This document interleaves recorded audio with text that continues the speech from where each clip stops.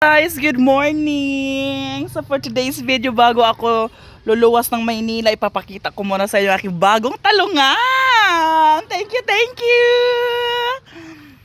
Kasi yung dating talungan ko sa dun sa kabila is medyo matanda na kasi kaya kunti na lang yung bunga. So ito, may bago na naman tayong pinatanim. Thank you sa blessings! So ayan siya guys, mas malaki to compare dun sa isa na nandun sa unahan. Kasi kunti na lang kasi yung bunga. So ayan, ito kasi bago lang to eh. Mga ilang buwan pa lang to ya. Ay, may mga bunga na siya guys. Oh. 2 months pa lang kasi to, ay maliliit pa yung bunga. So mga 1.5 kalahati pwede na to. Ayan, malawak yan doon. Ay, thank you Lord sa blessings.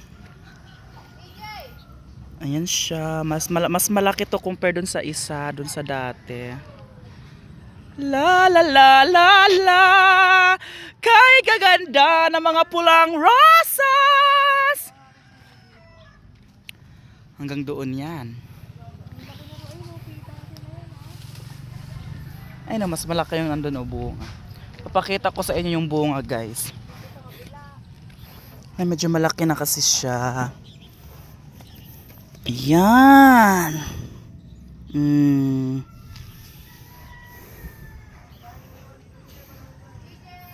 So pwede pa nga ito sanang taniman dito sa gitna eh. Wala pa kasi dapat sili.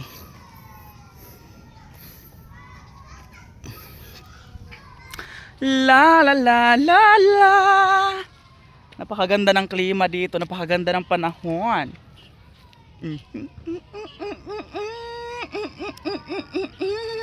Hi! La la la.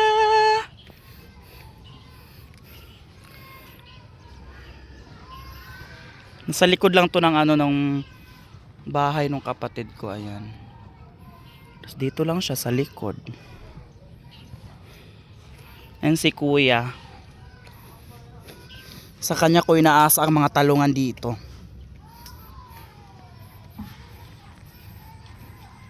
Ang ginagawa mo dyan? Ay magkuha ka, uwi natin doon. Oo, wala tayong sili doon.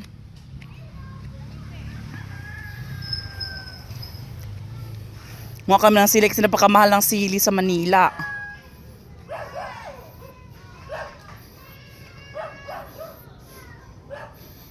Maliliit.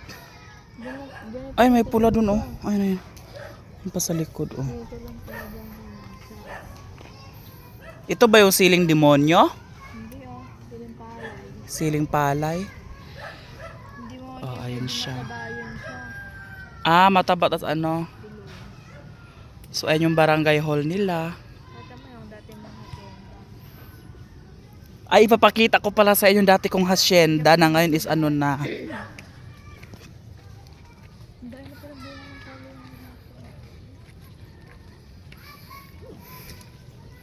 La la la la la. Ay, aso.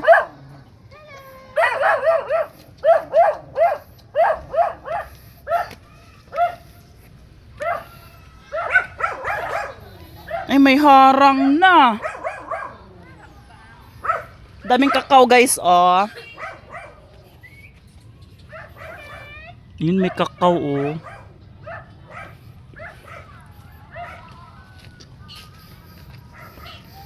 Ayun, tinamnan pa ng sili dito sa dulo. So ito yung dati kong talungan eh. Mag-iisang taon na kasi to kaya konti na lang yung bunga pero may ma-harvest pa din. So mamaya is magpapabomba ako mamaya dito. Tas bukas naman is harvest. Every 4 days nakaka-10 bag. Hindi katulad ng dating yung medyo bata-bata pa talaga to is nasa mga 30 bags. So bukas magpapa-harvest ulit ako kasi pitasan na naman pala bukas. So ayan. So ito yung kubo na pinagawa. Ay, may sarili na siyang kuryente. Para pag wala na talaga, pag namatay na to, magpapatanim ulit ng bago. Tapos dito na mag-i-impake ng mga gulay. Kasi doon kasi dati nag-i-impake ng gulay doon sa dulo, ayun oh. So dito na para may bahay-bahay.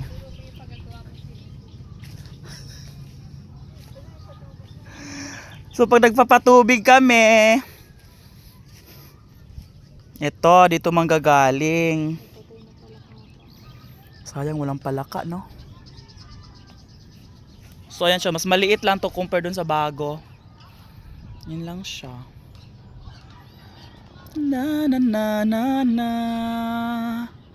Na na na na na na. So ayan, so dito guys is may kalamansi sa gitna. So since parang inupahan ko lang yung lupa, yung may-ari ng lupa is pinataniman ng kalamansi. Ayun oh. Oh. Sa amin yung talungan pero yung kalamansi is hindi. Yeah. Maliliit lang siya na kalamansi pero may mga bunga na to. Ayun oh, ito napakadami bunga oh. Ayan, ganyan lang siya kalaki pero ang dami na ng bunga. Ay. So bye-bye guys kasi kakain na kami. Luluwas na kami eh. Kasi back to reality na naman ang kabaklaan natin. Bye-bye!